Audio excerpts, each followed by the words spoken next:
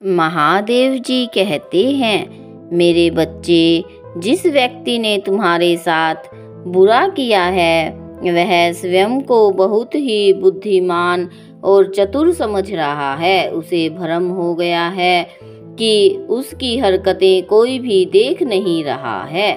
उसे भ्रम हो गया है कि उसको कोई भी दंड नहीं दे सकता। वह असल में अपने पाप को पाप समझता ही नहीं है। वास्तव में उसे अपने होने का इतना घमंड है कि उसकी पूरी रोशनी, उसका पूरा आभा मंडल कालिक से भर गया है। प्रेम की कदर करना वास्तव में उसके स्वभाव में नहीं है। अपने परिवार के साथ भी वह वही बर्ताव करता है जो उसने तुम्हारे साथ किया, जो अन्य जनों के साथ किया, और यहीं से उसने अपने विनाश को आकर्षित कर लिया। और यह विनाश उसे इस तरह से दिखाई पड़ेगा, उसकी दृष्टि में इस तरह से प्रदर्शित होगा कि उसके आंसू पूंछने वाला भी कोई नहीं होगा। मेरे बच्चे, मैं नहीं कहती कि मैं ऐसा चाहती हूँ।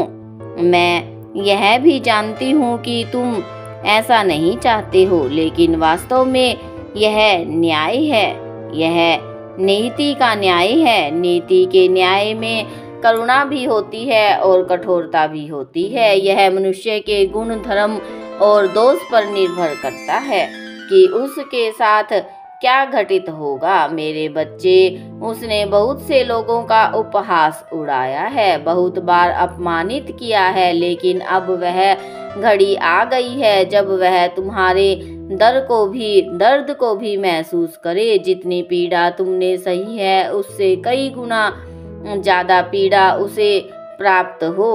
मेरे बच्चे, उसके जीवन में एक व्यक्ति काल का रूप लेकर प्रवेश कर चुका है जो उसके जीवन को तबाह कर देगा। इस समय वह खुद को भाग्यशाली समझ रहा है, वह संपन्न समझ रहा है, लेकिन इस बात से पूर्णतः अनजान है कि अब वास्तव में उसकी कंगाली का समय आ गया है। मेरे बच्चे, वह वक्त बहुत करीब है जब उसे तुम याद आओगे। तुम्हारे साथ किया गया एक एक धोखा उसे याद आएगा, वह बहुत पछताएगा। वह मन ही मन तुमसे माफ़ी मांगेगा। वह तुमसे खुलकर अपनी माफ़ी के भी नहीं मांग सकेगा। उसकी याद आती उलझी हुई होंगी। मेरे बच्चे, मैं जानती हूँ तुम उसे माफ़ कर दोगे, लेकिन यह अवसर नहीं आएगा क्योंकि यह नियति का नियम है। इसके तहत उसे दुख झेलना ही पड़ेगा, जिसके तहत उसे पीड़ा सहनी ही पड़ेगी। मेरे बच्चे, उसे माफ़ी नहीं मिल सकती। अब उसे अपना संपूर्ण जीवन दुख और पछतावे में बिताना पड़ेगा।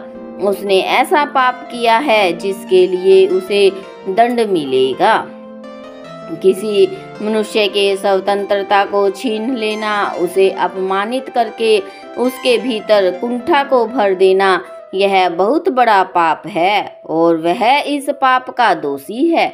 अपने दोस्त के तहत उसे यह सब कुछ झेलना पड़ेगा। मेरे बच्चे, इसी तरह से उसके अहंकार का नाश होगा, और जब उसके अहंकार का नाश होगा तभी उसके कर्म बंधन सफल हो पाएंगे।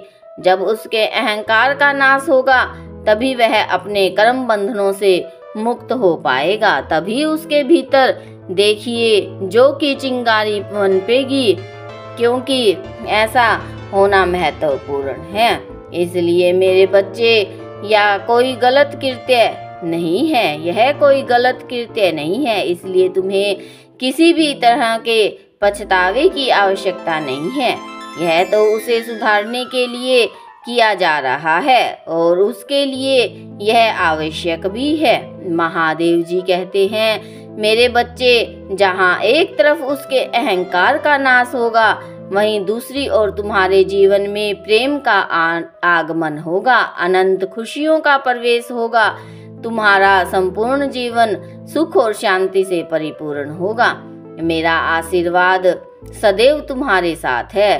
तुम्हें खुश रहना होगा। तुम्हारा कल्याण इस संसार में सदैव होता रहेगा। मेरे बच्चे, एक बहुत बड़ा उद्देश्य पूरा करने के लिए ही तुम्हें यह जीवन मिला है और उस उद्देश्य को पूरा किए बिना तुम इस संसार से विदा नहीं ले सकते। उस उद्देश्य को पूरा किए बिना तुम्हें दुखी होकर जीवन जीना नहीं होगा। मेरे बच्चे, तुम्हें यह जीवन दुखी होने के लिए मिला ही नहीं है। तुम्हारे भीतर बहुत बड़ा बदलाव होने वाला है। तुम ऐसी परिस्थिति से गुजरने वाले हो जिसके बाद तुम्हारा जीवन पूर्णतः बदल जाएगा। ना केवल तुम्हारे विचार बल्कि तुम्हारे जीवन की रूपरेखा ही बदल जाएगी। कुछ ऐसी चीजें भी तुम्हें प्राप्त होंगी जो अविश्वसनीय होंगी और यही कारण है कि तुम्हें आज यहाँ यह संदेश प्राप्त हो रहा है।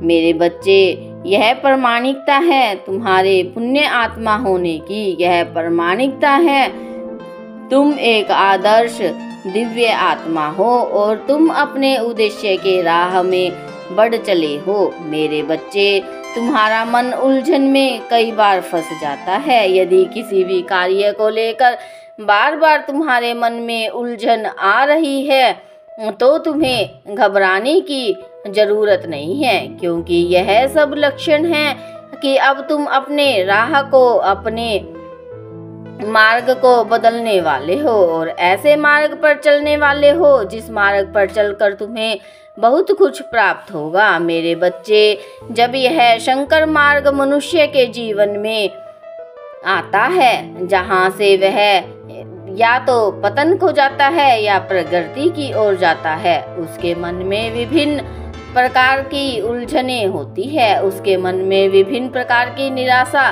छा जाती है, लेकिन यही वह पल है जिससे उसे आगे आना होता है और इन झड़पों में उसे घबराने की आवश्यकता नहीं होनी चाहिए। मेरे बच्चे, मैं आज तुम्हें यही बताना चाहती हूँ